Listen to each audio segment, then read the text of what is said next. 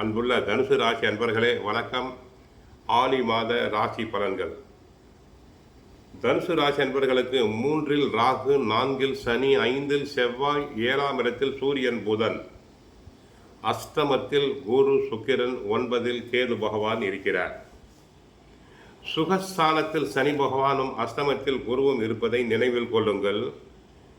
அதிக செலவுகள் உண்டாகும். கடன் வாங்க வேண்டியிருக்கும். கூடுமான வரை கடன் வாங்க வேண்டாம். பிறருக்கு கடன் வாங்கி தர வேண்டாம். ஜாமீன் கொடுத்தல் வேண்டாம். சிக்கனமாக செலவு செய்தால் விரைவில் நல்ல மாற்றங்கள் தங்களுக்கு உண்டாகும்.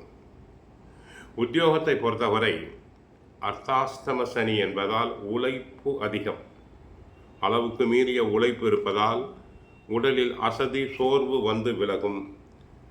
தாங்கள் எவ்வளவுதான் உழைத்தாலும் உயர் அதிகாரிகளுடைய கண்டிப்புக்கு ஆளாவீர்கள். மேல் அதிகாரிகளை பற்றி சக ஊழியர்களிடம் விவாதிக்க வேண்டாம். தொழில் வியாபாரத்தை பொறுத்தவரை சந்தை சூழ்நிலை சரியில்லை. சற்று கவனமாக இருங்கள். இல்லாவிட்டால் நஷ்டம் வர வாய்ப்பு உண்டு.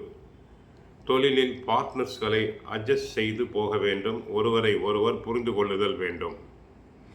வியாபாரிகளுக்கு வியாபார விஸ்தரிப்பு வேண்டாம். இருக்கின்ற தொழிலை நன்றாக பராமரியுங்கள். கலைத்துறை அன்பர்களுக்கு இருக்கின்ற வாய்ப்புகளை பயன்படுத்திக் கொள்ளுதல் வேண்டும். புது பட வாய்ப்புகள் கிடைப்பது கடினம். சிலர் கலை நிகழ்ச்சிகளுக்காக அயல்நாடு செல்ல வேண்டியிருந்தால் தற்போது தடங்கல்கள், தாமதங்கள் உண்டாகலாம்.